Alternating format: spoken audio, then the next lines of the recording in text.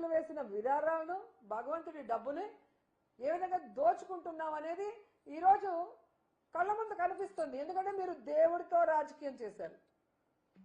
దేవుడి లడ్డూనే మీరు చాలా అసహ్యంగా మాట్లాడారు. అది తప్పు అని సుప్రీంకోర్టు చెప్పింది. రాజకీయాల్లో భగవంతుడిని లాగద్దండి, ఎటువంటి జంతు కొవ్వు ఎటువంటి పంది కొవ్వు ఏవి కలవలేదు అని క్లియర్ కట్గా చెప్పింది. చెప్పిన తర్వాత కూడా మీరు ఏ విధంగా భగవంతుడిని అవమానపరిచే విధంగా ఫ్లెక్సీలు వేసి గొడవలు చేసి డైవర్షన్ పాలిటిక్స్ చేశారో మనం చూసాం. ఈరోజు సిబిఐ వేసిన కేంద్ర ప్రభుత్వంలోని వాళ్ళు రాష్ట్ర ప్రభుత్వం వాళ్ళు కలిపి చేసిన ఎంక్వైరీలో ఏమీ లేదని తేలితే నువ్వు మళ్ళీ ఒక కమిటీ వేసావంటే అర్థం ఏంటి? రెడ్ బుక్ రాజ్యాంగం తీసుకొద్దాం అనుకుంటున్నారా? ఈరోజు సిగ్గు లేకుండా బిఆర్ నాయుడు విషయం కూడా డైవర్షన్ కోసం వైసీపీ తీసుకొచ్చిందంట. వైఎస్ఆర్సీపీ పార్టీ బట్టి ఎన్ని సంవత్సరాలైంది? బిఆర్ నాయుడుకి ఇందులేకతో ఉన్న పరిచయం ఎన్ని సంవత్సరాలైందో ఒకసారి చూసుకోండి. వైఎస్ఆర్సీపీ మీద నిందలు వేస్తే నవ్వుకుంటారు జనాలన్న బుద్ధి జ్ఞానం కూడా లేదా వైసీపీ వాళ్ళకి, టీడీపీ వాళ్ళకి, జనసేన వాళ్ళకి, అట్లాగే బిఆర్ నాయుడిని ఎవరైతే సపోర్ట్ చేస్తున్నారో వాళ్ళకి?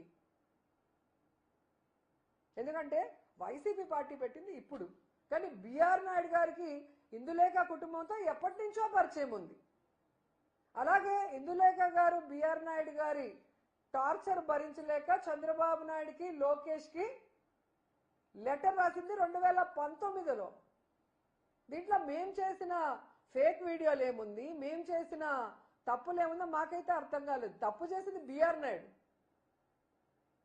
వాళ్ళ దగ్గర డబ్బు ఉందని, వాళ్ళ దగ్గర పవర్ ఉందని, అధికార పార్టీ అండుందని ఈ విధంగా ఆడవాళ్ళని భయపెట్టుకొని లొంగ తీసుకోవాలన్న మనస్తత్వం ఆ టీడీపీ జనసేనలో ఉంది. కాబట్టే ఈరోజు మీరు చేసిన తప్పులకి వెంకటేశ్వర స్వామి ఒక్కొక్కరి చరిత్ర బయటకు తీసుకొస్తున్నారు. కోడూరు చరిత్ర బయటకు వచ్చింది, బిఆర్ నాయుడు చరిత్ర బయటకు వచ్చింది, చంద్రబాబు నాయుడు హెరిటేజ్ లో వాళ్ళు చేసిన తప్పులన్నీ కూడా సాక్ష్యాధారాలతో బయటకు వచ్చి వాళ్ళు ఎలా కుదేలమంటున్నారో మనం అందరూ కూడా గమనిస్తున్నాం. బిఆర్ నాయుడు మీరు తెలుసుకోవాల్సింది, ఈ రోజు మీకు చంద్రబాబు నాయుడు, పవన్ కళ్యాణ్ ఏమైనా కాపాడుతాడేమో కానీ వెంకటేశ్వర స్వామి మాత్రం నిన్ను వదిలిపెట్టడు. కొండని నువ్వు అవమానపరిచావు. 7 కొండలు కాదు, ఇంకో కొండ ఉంది, 8వ కొండ, చెత్త కొండ అన్నావు. ఎంత పెద్ద మాట అన్నావు. అసలు ఆ మాట అనటానికి నీ నోరు ఎలా వచ్చింది? అలాంటి మాట అన్న నీ నోరు పురుగులు పడతాయని కూడా ఈ సందర్భంగా తెలియజేసుకుంటున్నా. ఎందుకంటే భగవంతుణ్ణి పూజించే నేను, భగవంతుణ్ణి మనస్ఫూర్తిగా నమ్మే వ్యక్తిని నేను. ఆ భగవంతుడి గురించి మీరు తప్పుగా మాట్లాడితే ఈ జిల్లాలో పుట్టిన అమ్మాయిగా నేను సహించను. ఖచ్చితంగా భగవంతుడు ఎవరెవరైతే లడ్డూ గురించి కానీ ఎవరైతే టీటీడీ గురించి తప్పుగా మాట్లాడారో, టీటీడీలో పదవుల్లో ఉండి ఇలా అమ్మాయిల జీవితాన్ని నాశనం చేశారో ఎవరిని కూడా వెంకటేశ్వర స్వామి వదిలిపెట్టరు. సో ఇప్పటికైనా బీజేపీ వాళ్ళు కానీ, హిందూ ధర్మ సంఘాలు కానీ అందరూ కూడా బయటకు వచ్చి దీని మీద ఒక స్టాండ్ తీసుకోకపోతే ప్రతి దేవుడి దగ్గర ఇలాంటివి మామూలు అయిపోతాయి. ఈ బిఆర్ నాయుడు లాంటి వాళ్ళకి పదవి పెద్ద విషయం కాదు, ఇది నాకేమి అన్నం పెట్టదు, నాకు చాలా ఉన్నాయన్నాడు. అంటే టీటీడీ చైర్మన్ అవ్వటం నాకు పెద్ద విషయం కాదు, నాకు ఆ పదవి అసలు గొప్పే కాదు, నాకు అవసరం లేదన్నట్టుగా మాట్లాడేవాడికి ఆ పదవి ఉంచటం అవసరమా? ఆయన పన్నుంటే పోయి చూసుకోమని హైదరాబాద్లో ముందు వాడిని దించమనండి. లేదా తిరుపతిలో పెద్ద ఎత్తున మేము ఉద్యమాన్ని తీసుకొస్తాం. ఈ చంద్రబాబు నాయుడు, పవన్ కళ్యాణ్ ఏదైతే హిందువులమని దొంగ నాటకాలు ఆడుతున్నారో వాటన్నిటికీ ఒక ఫుల్ స్టాప్ పెడతాం. ఈ బిఆర్ నాయుడు కొవ్వుని దించుతామని కూడా ఈ సందర్భంగా తెలియజేసుకుంటున్నాం.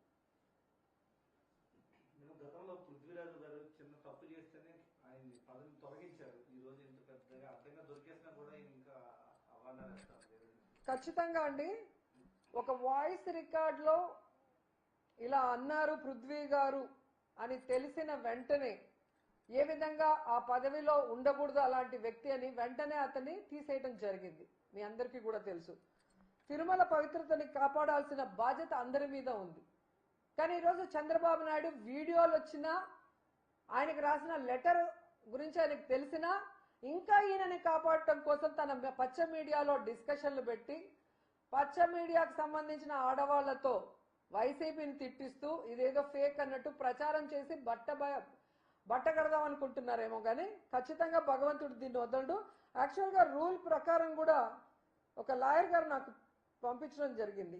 ఒక బాధ్యత కలిగిన ఒక పోస్ట్లో ఉంటూ టీటీడీలో ఈ విధంగా వేరే ఒక మహిళతో సంబంధం ఉన్నట్టు తెలిస్తే వెంటనే ఆ యొక్క పదవి నుంచి వాళ్ళని సస్పెండ్ చేసే ఒక ఇది కూడా నా దగ్గర కాపీ ఉంది, మీకు ఇస్తాను. సో అలా తీసుకున్న లీగల్గా అయినా కూడా అతన్ని అక్కడి నుంచి తప్పించాల్సిన బాధ్యత ఉంది.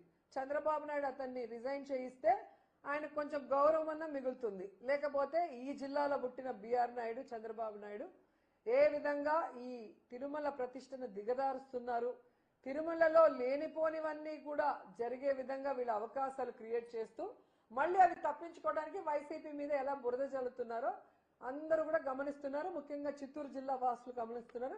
ఎవరు కూడా దీన్ని వదిలిపెట్టే విషయం కాదు. ఎందుకంటే ఇది మొత్తం మన హిందూ ధర్మానికే విఘాతం కలిగే ఒక కార్యక్రమం.